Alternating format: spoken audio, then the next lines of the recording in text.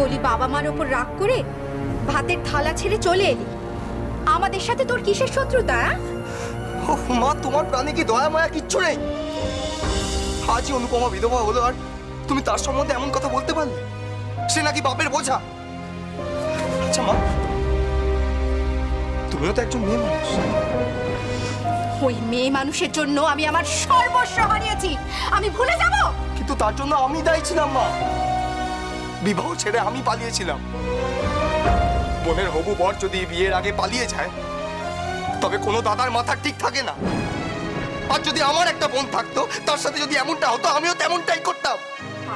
বাবা বাবা বাহ সুরেশ, গ্রামে এসে দেখছি অনুপমার প্রতি দরদ একবারে উতলে উঠছে। না মা, আমি যখন আজ অনুপমার সামনে দাঁড়িয়েছিলাম তখন আমার খুব ভয় পাচ্ছিল। আমার হাঁটু থরথর করে কাঁপছিল। হায় হায় হায় হায় হায় হায় হায় হায় হায়, এ কি অলক্ষণে কথা! হ্যাঁ রে, আমি তো তোর বিয়ে নিয়ে একবারে হেঁ দিয়ে মরছি, এদিকে তুই তো দেখি অনুপমাকে দেখে একবারে গলে গেলি। কারণ আজ তার এই অবস্থার জন্য আমি দায়ী মা। বিলেতে উচ্চশিক্ষার লোক আর বিয়ের আগে তোমাদের নিষ্ঠুর কথোপকথন আমাকে পালিয়ে যেতে বাধ্য করেছিল। ও বাবা সুরেশ, আয় শোন, আমার কোলে বসে বলে দিয়ে যা তুই আমার জন্য দাসী আনতে যাচ্ছিস। অনুপমা সুরেশের জীবন সঙ্গিনী হতে যাচ্ছে, দাসী হতে যাবে কেন? দেখো, এখানে আর বেশি পণ্ডিতি ফলিয়ে না তো নতুন জামাই। ওই মেয়ে এ বাড়ির বউ হয়ে এলে তাকে বাড়ির সব কাজই করতে হবে। গোবর লেপা, হেঁসেল ঠেলা, বাড়ির ঝাড়পোছ করা, আর আমাদের হাত পা টেপা।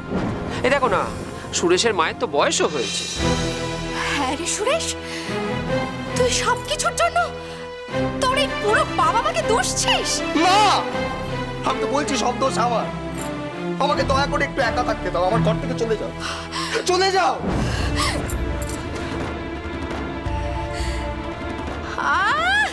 কোথা থেকে আমার পুরুষ দারোগা এসেছে? একজন নারীর সামনে গিয়ে হাঁটু একবারে থরথর করে কাঁপে। লজ্জা করে না?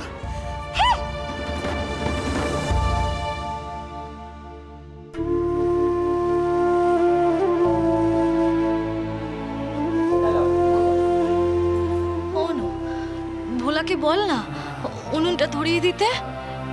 না না মা, আমি পারবো। আমি পিসির সঙ্গে রান্না করে খাবো। তুই আবার তোর পিসির সঙ্গে গুড়গুড় করছিস? হ্যাঁ, তোকে না আমি বারণ করেছি, এত গা ঘেঁষাঘেঁষি করার কোনো দরকার নেই। বৌমা, আমি আজকাল দেখছি তুমি দিদিভাইকে মোটে অনুর কাছে ঘেঁষতে দাও না। বাচ্চাদের সাথে এ তোমার কেমন ব্যবহার বৌমা? মা, আপনি যেমন মা, আমিও ঠিক তেমনই মা। আমি কি করে চাইবো আমার মেয়ের কপাল ঠাকুরজির মতো হোক? কথায় বলে, কপাল পোড়া মেয়ে মানুষের সঙ্গে কপাল ঘেঁষাঘেঁষি করলে ভালো কপালও পোড়া কপাল হয়ে যায়।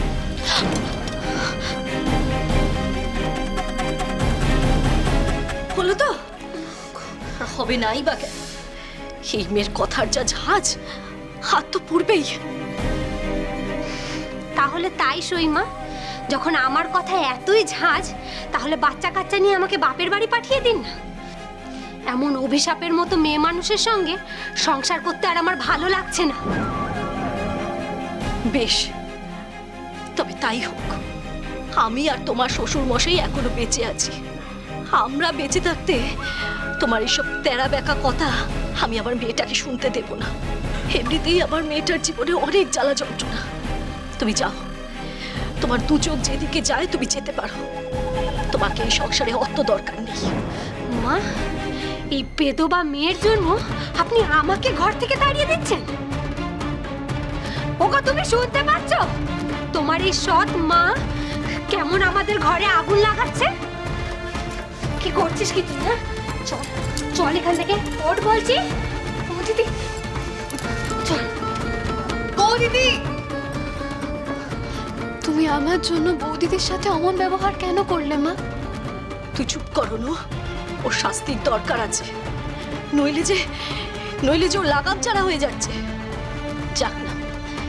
যাক না বাপের বাড়ি, আমিও দেখতে চাই ওকে কদিনের জন্য ওর বাপের বাড়ির লোকেরা সোহাগ দেখায়।